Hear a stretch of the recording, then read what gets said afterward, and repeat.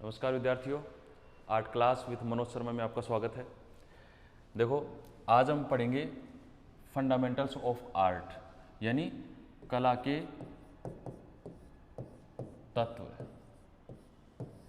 कला के तत्व मतलब कि कला के तत्व कौन कौन से हैं, किस हिसाब से कला निर्मित हो रही है। देखो, ये बातें सेट एग्जाम में भी काम आएंगी आपके, और सेट एग्जाम में कौन कौन से मुख्य मुख्य बिंदु हैं कि वो काम में आ सकते हैं, इनके बारे में अपन चर्चा करेंगे। देखो, इनके आधार पर एक तो चित्रकला के तत्व आते हैं, एक आते हैं संयोजन के सिद्धांत, ठीक है, संयोजन के सिद्धांत। एक आते हैं षडांग,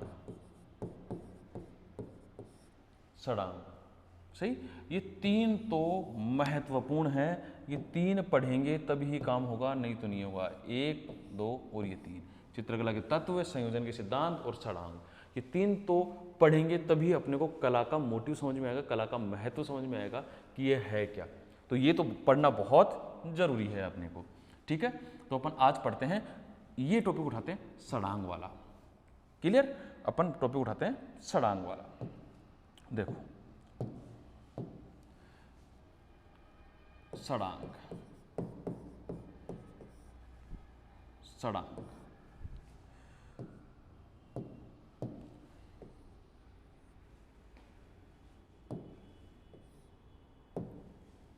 अब षडांग क्या होते हैं? देखो, इसमें षडांग क्या होता है कि एक पुस्तक है चित्रसूत्र, चित्रसूत्र, और चित्रसूत्र के अंदर षडांग का विवेचन है। षडांग का विवेचन है। षडांग का विवेचन मतलब षडांग के बारे में बताया गया है कि षडांग क्या है।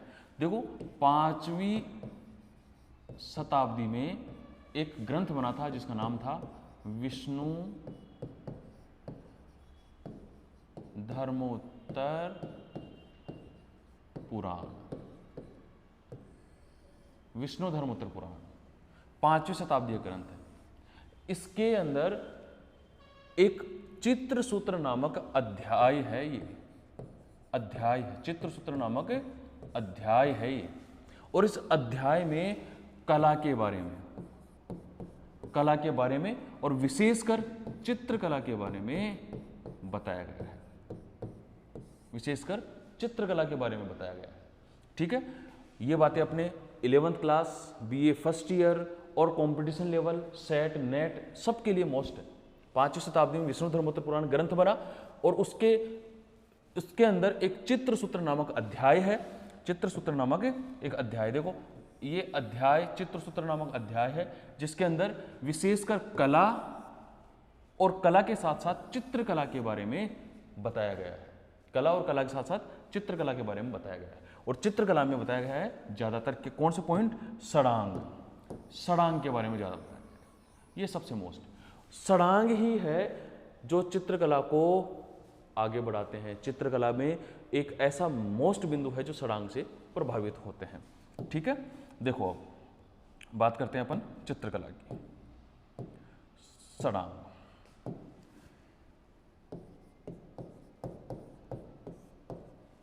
देखो, जयपुर के एक कलाकार थे, एक विद्वान थे जिनका नाम था पंडित यशोधर।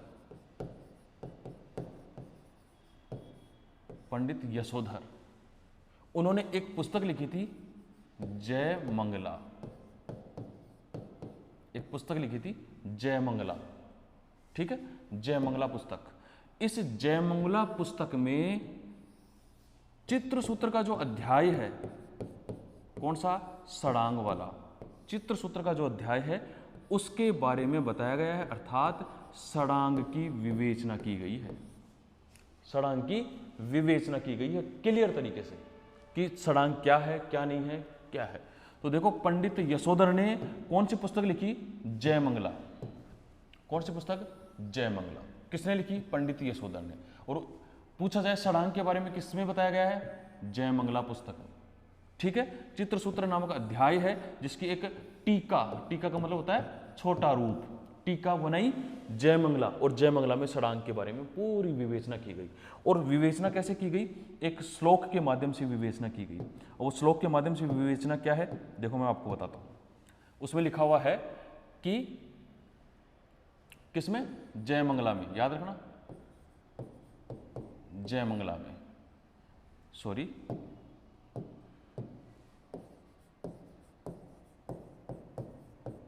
जयमंगला में लिखा हुआ है क्या? कि रूप भेदाः प्रमाणानि, रूप भेदाः प्रमाणानि भाव लावण्य योजनम सादृश्य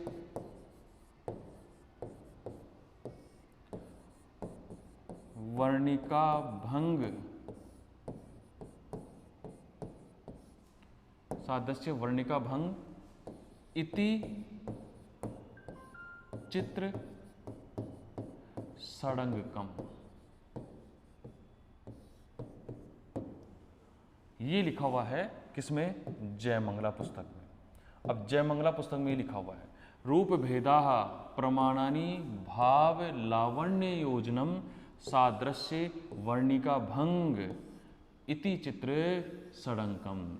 1 2 3 4 5 और ये 6, ये 6 चित्रकला के भेद बताए गए हैं एक श्लोक में। और जयमंगला पुस्तक में इसकी पूरे की विस्तार से व्याख्या की गई है, इसके बारे में बताया गया है। जैसे अपन एक एक अगर बात करें तो बात करेंगे जैसे रूप भेद की। रूप भेद, रूप भेद क्या होता है? रूप भेद का मतलब होता है दो रूपों के मध्य अंतर स्पष्ट करना। इसकी विवेचना भी अपन करेंगे नेक्स्ट वीडियो में कि ये क्या क्या होता है, सब कुछ इसकी डिटेल पढ़ेंगे अपन। लेकिन ये अभी अपन शॉर्ट में देख रहे हैं जो मोस्ट है। रूप भेद का मतलब दो रूपों के मध्य अंतर स्पष्ट करना। प्रमाणानी, प्रमाण का मतलब होता है दो चित्रों के मध्य या एक आकृति में बने दो चित्रों के मध्य अंतर। प्रमाण का मतलब होता है नापतोल, प्रमाण स्पष्ट करना है, उसका अनुपात स्पष्ट करना। भाव का मतलब होता है चित्र में वह भाव जो चित्रकार उस चित्र को बनाना चाह रहा है, तो चित्र को देखते ही उसमें वह भाव प्रकट होने चाहिए, वो भाव दिखाई देने चाहिए। लावण्य योजना का मतलब होता है सुंदरता। सुंदरता, सुंदरता का मतलब जैसे सुंदरता, गांव में एक होता था जिसको लहंगा बोलते हैं। लहंगे के अंदर जो लोग पहनते हैं, ज़्यादातर स्त्रियां पहनती हैं लहंगा, ज़्यादातर क्या स्त्रियां ही पहनती हैं। तो लहंगा जो होता है उसमें बॉर्डर बनाया जाता है और बॉर्डर के अंदर बेल बूटेदार काम किया जाता है जिसको बोला जाता है लावण्य।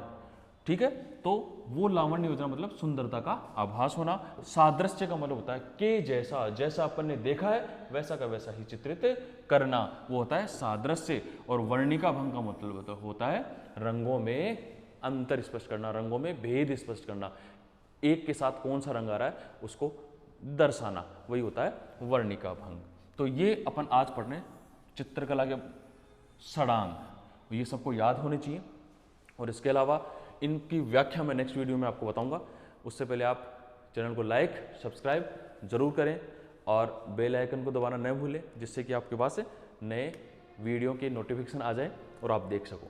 और ज़्यादा से ज़्यादा शेयर करें लोगों के पास में, जिससे कि ये 11वीं 12वीं क्लास के फर्स्ट ईयर सेकेंड ईयर बच्चों को फ़ायदा हो सके। नेट की तैयारी कर रहे, सेट की तैयारी कर रहे, उनको भी फ़ायदा हो सके। ठीक है, धन्यवाद।